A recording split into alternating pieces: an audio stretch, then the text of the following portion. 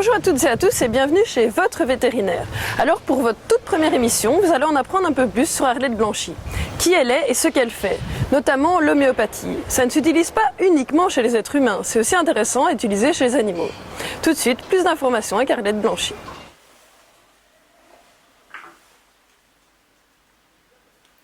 Je suis vétérinaire depuis maintenant 30 ans. Et c'est vrai que depuis le début, depuis l'âge de 9 ans, j'ai l'idée bien arrêtée de devenir vétérinaire. Et assez rapidement, après mes études, j'ai commencé des cours, à suivre les cours d'homéopathie parce que ça m'intéressait beaucoup. Et puis dans la foulée, en 89, j'ai commencé les cours de comportement. J'ai commencé à suivre des formations de comportementaliste, bien qu'on n'ait pas de formation diplômante en Belgique, mais bon, ça m'intéressait beaucoup. Et donc voilà, c'est pour ça que depuis 30 ans, je pratique la médecine générale et je fais beaucoup d'homéopathie.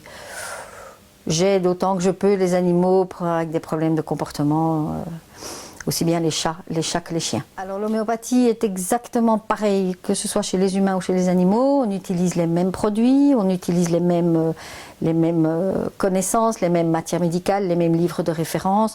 La seule chose évidemment, c'est qu'on n'a pas accès à toutes les informations qu'un humain pourrait donner à son praticien. Donc on doit faire preuve d'un peu plus de subtilité et d'observation. Mais dans l'absolu, les remèdes sont exactement les mêmes. Et donc le traitement est exactement semblable. D'abord, la grosse différence entre l'allopathie et l'homéopathie, c'est qu'on considère le patient comme un tout.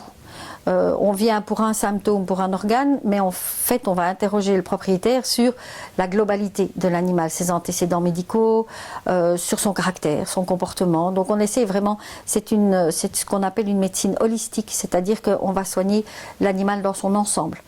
On va rééquilibrer l'ensemble de l'énergie de l'organisme et pas uniquement soigner un organe ou un système qui est défaillant. Donc ça, c'est la grosse différence. On utilise les remèdes homéopathiques qui sont expérimentés dans le sens où on teste les symptômes que le remède est capable de produire chez un individu sain. Et on liste tous les symptômes et puis alors on transpose et quand on a un patient malade, on voit les symptômes qu'il présente et on fait la comparaison entre le tableau clinique du patient et les connaissances qu'on a de tel et tel remède. Et on essaie de trouver celui qui matche le mieux et on essaie de trouver ce qu'on appelle le remède de fond.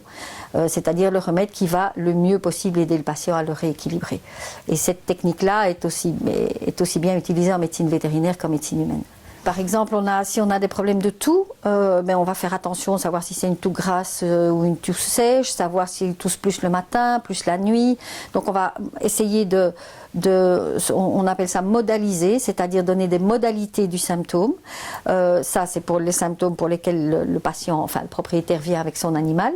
Et puis à côté de ça, on va demander, est-ce que c'est un chien qui est nerveux, est-ce qu'il a besoin de compagnie, est-ce qu'il court beaucoup, quels sont ses désirs et ses aversions alimentaires, est-ce qu'il est frileux. Donc on va essayer d'avoir une image globale. Pas une photo de l'animal au moment de la consultation, mais plutôt le film de sa vie avec son mental et son physique. Et c'est pour ça, par exemple, que pour certains types de toux, on va donner un remède comme Drosera. Pour un autre animal qui va présenter les mêmes symptômes, mais dont le reste du tableau ne sera pas le même, on donnera Dulcamara ou on donnera un Calibicromicum.